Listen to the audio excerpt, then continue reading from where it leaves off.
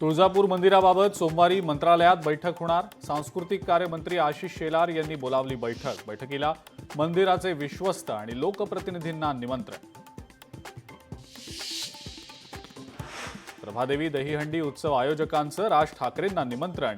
मी केवळ मटण हंडीचं निमंत्रण स्वीकारतो। दहीहंडी निमंत्रणावर राज ठाकरेंचं मिश्किल वक्तव्य। नाशिकमध्ये आदिवासी आंदोलक आक्रमक। बाह्य स्रोतांद्वारे राबवल्या जाणाऱ्या भरतीला केला विरोध। प्रशासन महिन्याभरापासून दखल घेत नसल्यानं आंदोलक आक्रमक।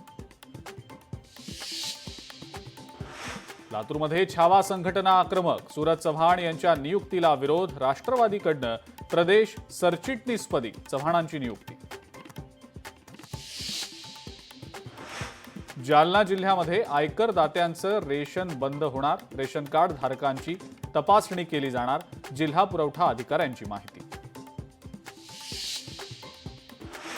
कबूतरखान्यामध्ये दाणे टाकण्यास बंदी। दादरमध्ये घरांच्या टेरेसवर कबुतरांना दाणा पाणी। टेरेसवर दाणे टाकल्याचा व्हिडिओ देखील व्हायरल। नांदेड जिल्ह्यामध्ये मुसळधार पाऊस। पावसामुळे पैनगंगा नदीला पूर। जिल्ह्यातले अनेक नदी नाले दुथडी भरून वाहणं सुरू।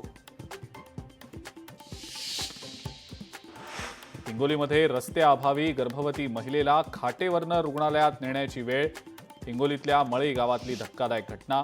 गावाला रस्ताच नसल्यानं गावकऱ्यांची चिखलातनं पायपीट। धाराशिवमधल्या नळदुर्ग किल्ल्यावर पर्यटकांची तुडुंब गर्दी। नरमादी धबधबा ओसंडून वाहू लागला। मुसळधार पावसामुळे वातावरणामध्ये मोठा गारवा। कोल्हापूरच्या इचलकरंजीमध्ये बनावट नोटा तयार करणारी टोळी जेरबंद। स्थानिक गुन्हे अन्वेषण शाखेची कारवाई। 2,24,200 रुपयांच्या बनावट नोटा जप्त।